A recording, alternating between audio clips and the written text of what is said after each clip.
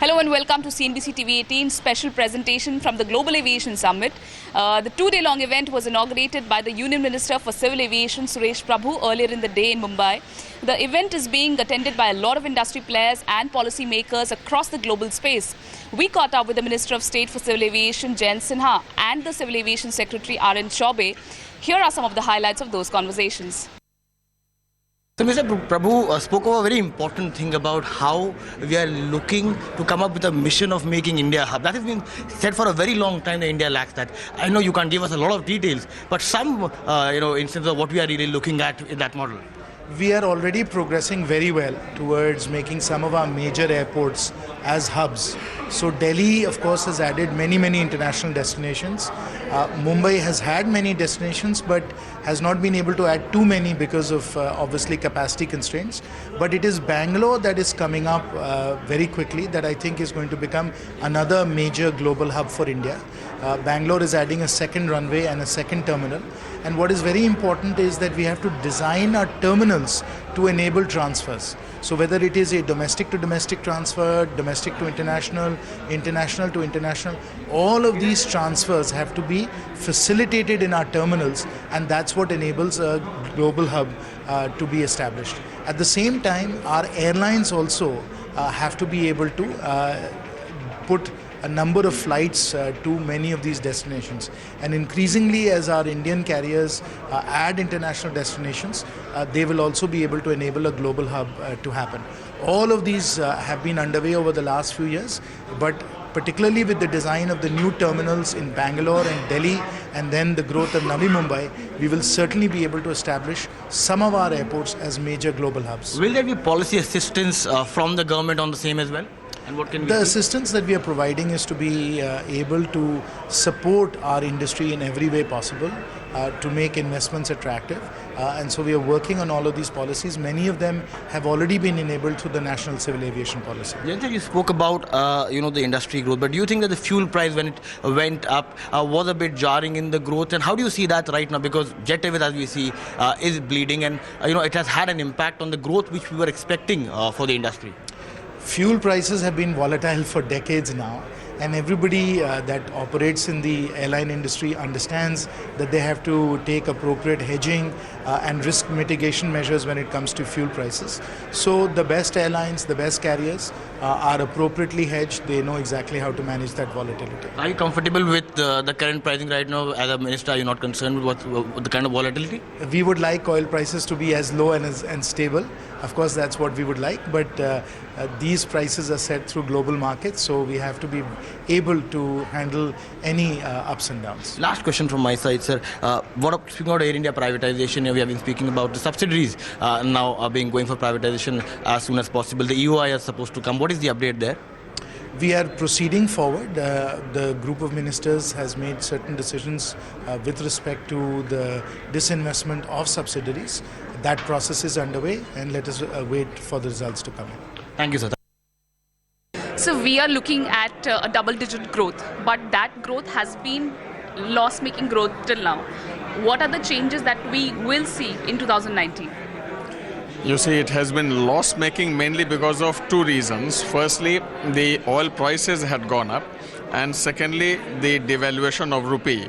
Luckily, now we have turned a corner on both these items, and therefore this quarter, I expect the third quarter and the fourth quarter to be a very happy quarter for the airlines. And therefore, I think we are going to end the year on a fairly positive note. So there have been numerous schemes which have been launched by the government, mainly UDAN, during the last 4.5 years. What is the assessment of that policy? UDAN has done very well.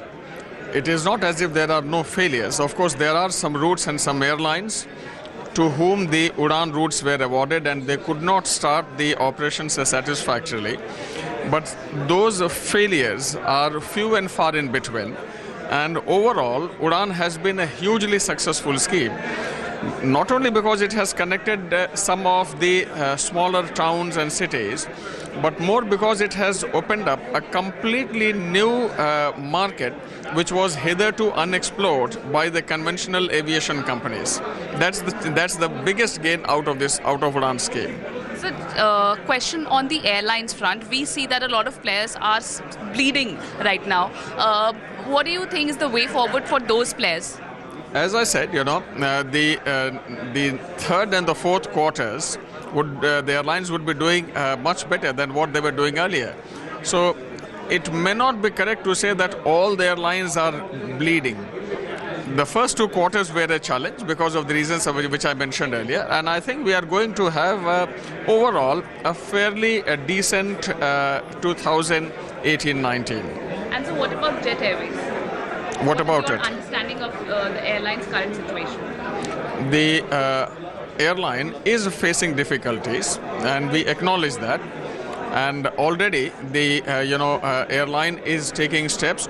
They are in talk with the lenders, and they are taking steps to work out a program, a scheme, which will make them perform better financially. It will give them some breather. So we will wait for that to happen, because this is something which is essentially for the airline to decide, and we will wait and watch.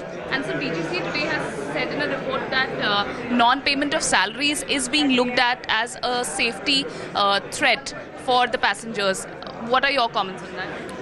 You see, as far as non-payment of salaries is concerned, it is a matter of concern. However, at what point it becomes a safety threat, that is for DGCA to assess. And of course, it's an independent regulator. We would completely go by whatever DGCA decides in this matter. Thank you. Thank you very much, sir. The Global Aviation Summit is being attended by all stakeholders, whether it is the aircraft manufacturer or the engine maker or the plane leasing company. These manufacturers, these companies spoke on various challenges, the issues that concern the aviation space. Here are some of the key reactions from the summit. Ajay, you have to face, of course, the problem of congestion, slot allocation systems that to some extent favor, especially at very congested airport, incumbents rather than new entrants to get slots. I would like to have a comment on that, but also to see if over these years you have experienced value creation in terms of the airports that have been privatized, and what would you expect the brownfield airports to deliver, the brownfield airports that are under privatization to deliver to a customer like your airline? Well, firstly, I think that the problems that you are talking about are all good problems. These are problems of plenty, and they are occurring because India has been the fastest growing aviation market in the world over the last few years. So we are very excited to be a part of this rapidly growing aviation market. And, as we have problems, there are unique Indian solutions also to some of these problems. You've seen that while India has been growing 20% every year, and airlines like us, as you said, we went through a downturn, we nearly shut down, we came back strongly. We've had profits the last 16 quarters, we made profit every quarter. We've doubled our fleet, we've placed one of the largest orders in this part of the world on Boeing. And these aircraft have started to deliver now to us. The airport infrastructure, of course, is challenged at this time, especially in Delhi and Mumbai. We have huge challenges in Delhi and Mumbai. And very, very difficult to get parking spots, very difficult to get slots. But one of the things that this has done is that it has spread aviation throughout the country. Airlines like us, as we get new aircraft, are being challenged to find new destinations, new airports to park at, new destinations to fly. And one of the most wonderful schemes that has been formulated by the government of India is this UDAN scheme. You've seen that what has happened is that in the 50, 60 years after independence, India had only 75 airports which were functional, operating, where we were taking our flights. Under the UDAN scheme, in just a very, very short period of time, and I really want to compliment Secretary Civil Aviation is here, all my colleagues from Civil Aviation Ministry. This wonderful scheme has created so much airport capacity. These were all airports which were which the country had but were never being used. And these airports have suddenly become active. We fly ourselves to so many of them now. We have 25 flights under the UDAN scheme. And our expectation really is that in the next 2 or 3 years, there will be 75 airports. So in 60 years, we had 75 airports. In just 3 or 4 years, we will have another 75 airports. So this is the kind of capacity that's been added to the Indian system. Of course, we'll need to expand these airports. We'll need to, make sure that we can fly larger planes into some of them. But incredible work that has happened. The country and its policymakers are not just sitting around.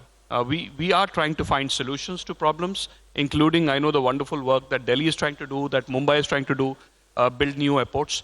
My only suggestion in this is that if India is to continue to grow at a fast pace, we need to make sure that the end customer gets a low-cost experience, in the sense that we needn't build very fancy airports. We need to build more functional airports, which don't cost as much money as airports. Some of our airports have cost in the past. And therefore, by building lower-cost airports, we are able to pass on lower cost to our consumers. Because the one thing that has really accelerated this aviation revolution in the country is the cost, is the fact that you can fly a 2-hour flight at $60 or $70 on average. $60 is about the average that we have right now, which has to be amongst the lowest fares in the world. So much like the telecom revolution took place in this country, where from 2.8 million phones we've gone up to 1 billion phones in under 10 years. That happened because we brought the tariffs down. In aviation, the revolution, a large part of it is because there are low-cost airlines, that the fares are low, that many more people in India can fly. And despite everything that we've done, we just have 3% of people flying. So for the next several years, there can be tremendous growth if we keep building infrastructure and ensure that the cost of flying is kept at a moderate level. So we've just entered 2019. How has 2018 been for PAWAN Hans? And what are your plans for 2019? Frankly speaking, 2018 has been a very challenging for PAWAN Hans. We have been transforming and we are restructuring as an organization. We had a plan for our 5 years next medium-term plan, 2019-2024. And by this plan, we should be growing as double as on today. We are going to be 65 helicopter company with 1,000 crores revenue. By 2020? By 2025. And then thereafter, we have that long-term plan for 2030, where this will further grow to 100 helicopter company.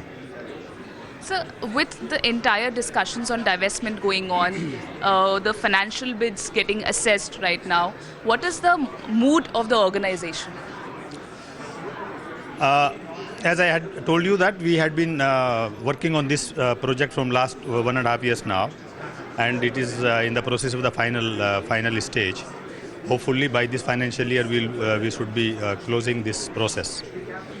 As far as the company is concerned, company has been doing good, and I personally feel that this move of the government is to better the company further, and company will become more vibrant and more accessible and sustainable. Sir, what has ONGC's take on this entire issue been like? Is it still ready to give away its 49% stake?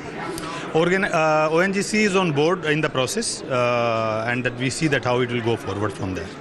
And so, how do you see the company after the divestment gets completed? Will we see some job cuts? Will we see an entire organizational change? Whenever you restructure an organization, it's always for betterment. So the process of the government is also for betterment of the company. Once it is restructured, it will have more flexibility of funding. It will have more flexibility of flying. It will bring more good revenues for the company as the employees. And we are looking this way forward, probably by closing this by end of this financial year. But a number of jobs will be cut. No. Number of jobs actually, it has been very well planned and being taken care of. And sir, the last question is on the skill training. We have seen some infrequent incidents involving Pawan Hans helicopters. Are we planning on investing more in development, skill development or training, etc. of the pilots? Helicopter industry as a whole is a very complex business. Safety has been on top priority of the Pawan Hans. We have a zero tolerance safety policy, and we had been working very hard onto this.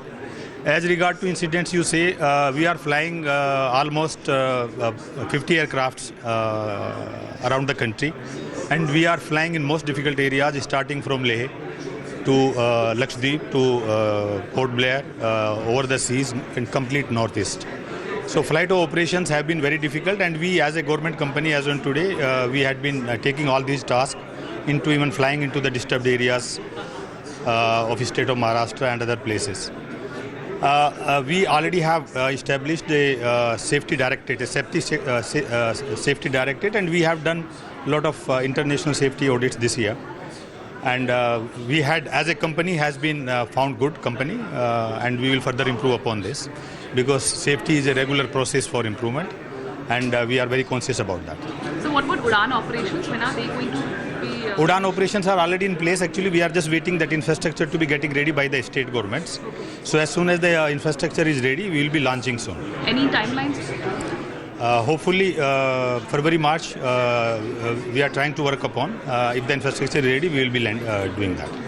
Past week or 10 days, when we talk about drones, our imagination has been captured by what happened at the Gatwick airport and that 36-hour shutdown, which has been a nightmare for regulators and for drone operators, as well as for the aviation business the world over. And I think Mr. Sinha raised an important issue on regulation, because I think that governments and regulators around the world are grappling with what is too much regulation, what is too little regulation, and how do you balance the need for regulation without it becoming too restrictive. At the same time, you need to keep security considerations paramount as well. But this is an area of opportunity, not just for a market like India, but world over. $100 billion is the estimated size of the market, and India is hopeful of being able to grab a large pie of that. Let me kickstart by asking you, Mr. Sinha, because you gave us a glimpse into the future of what Drone 2.0 regulations are going to look like. But if I may ask you to give us an update on what Drone 2.0 has been able to do, because you started the online registrations on the Digital Sky portal on the 1st of December. Where do things currently stand? How many registrations do you have already? Which are the sectors that are coming forward? Is it aviation? Is it oil and gas? Is it agriculture? Is it mining? Where are you seeing the interest from? Thank you for asking that question, Shireen, because as you know, the Drone 1.0 regulations became effective December 1st. And what that entailed was that it enabled drone service providers to register. It enabled drone pilots to register. And it also led to the certification of equipment, because no equipment is allowed to fly unless it has the NP-NT protocols. Yeah. Now, I don't have the exact numbers right now, but we've had a large number of drone pilots apply. Of course, they have to go through a certification process. They have to take a test. We've had a few drone service providers also apply. But what has not yet happened is getting equipment manufacturers to come in and certify their drones as being NP-NT compatible or NP-NT compliant. Because unless we have that NP-NT compliance, which we can then make sure is being technically fully implemented, we can't really enable them to fly. So that process is still underway. We are in discussions with a number of the drone equipment manufacturers. We have DJI here, for example. They are working on it. You saw the Idea Forge implementation. They are very close to it. So the moment we get the equipment manufacturers to implement the NP-NT protocols and operate in the digital sky, that's when we'll start to see a lot more drone flights. In the meanwhile, let me lay out a very interesting business proposition for all those who are interested in doing something in the drone space. And that is that any drone less than 250 grams is largely free now to be used. So all of those that are doing aerial photography for weddings and movies and so on, why don't you see if you can find drones that are less than 250 grams, because then you'll be free to use them. Now that's a very important weight limit, because 250 grams or less makes it a very relatively small flying object that is not dangerous, so can be safely used as long as it's visual line of sight and less than 400 feet. So those are the opportunities right now. As equipment manufacturers implement the NP&T protocols, we will start to see a lot more drones. Just on a follow-up question on the NP&T protocols, is it a time issue that they haven't been able to sort of get the procedural formalities done, or is there an issue that they have with the standards? No, there's no procedural issue as such. Of course, the equipment manufacturer should speak on that. But there is an engineering issue, because you have to take your existing firmware, software, you have to upgrade it, test it, make sure that it works, and then you have to take the existing drones and retrofit that new firmware and software onto those so that it's fully compliant. There are already thousands and thousands of drones in India right now, frankly, which are being illegally operated. So they have to be retrofitted with the software so that they can be legally operated. So this is part of what needs to happen. The manufacturers are working on it. It can't be done overnight. Obviously, we gave them sufficient time, but it's not yet been implemented. Give me some timelines. December 1st, we've just started the online registration. We're already talking about a new set of regulation. When does Drone 2.0, the new regulation, start to kick in? When can we expect delivery-based sort of drone operations here in India, which is not part of the first set of regulations? And really, what is the priority from a government's perspective on wanting to build out this ecosystem? The priority, Shireen, is that India should be a world leader as far as the drone ecosystem is concerned. And Drone 1.0 is already operational. Drone 2.0 has now been introduced. We will have a white paper, as I said, and it'll be for you all to then comment and give us your inputs. We will issue draft cards, which will also be available for public consultation. And then once the consultation process is over, then of course we'll issue the regulations.